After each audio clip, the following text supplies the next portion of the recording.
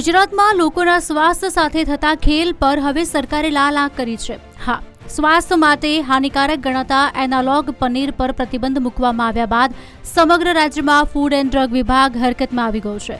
અમદાવાદથી લઈ સુરત, ગાંધીનગર, જામનગર અને રાજકોટ સુધી તંત્ર દ્વારા સઘન ટ્રેકિંગ અને દરોડાની કાર્યવાહી શરૂ કરાઈ છે।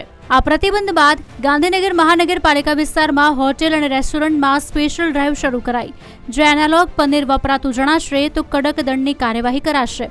તો બીજી તરફ અમદાવાદના નરોડા સહિતના વિસ્તારોમાં એએમસીની ટીમોએ ડેરી અને ફેક્ટરીમાં તપાસ હાથ ધરી। જામનગરમાં અંકલ ડોનાલ્ડ પિઝામાંથી 12 કિલો નકલી પનીર પકડીને સ્પોટ પર જ નાશ કરાયો।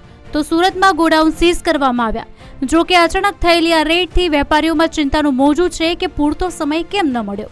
પણ સૌથી મોટો ઘટસ્ફોટ રાજકોટમાં થયો, જ્યાં અગાઉ સીલ કરેલી દુકાનમાં ફસાઈના ખોટા સ્ટીકર્સ લગાવીને જૂનાગઢથી માલ મંગાવી ખુલ્લેઆમ વેચાણ ચાલુ જ હતું। સવાલ હવે એ થાય છે કે તંત્રની નજર ચૂકવીને આ બધું ચાલે કેવી રીતે?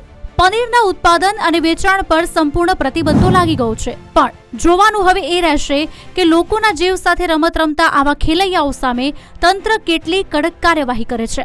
Bureau report, TV13 digital.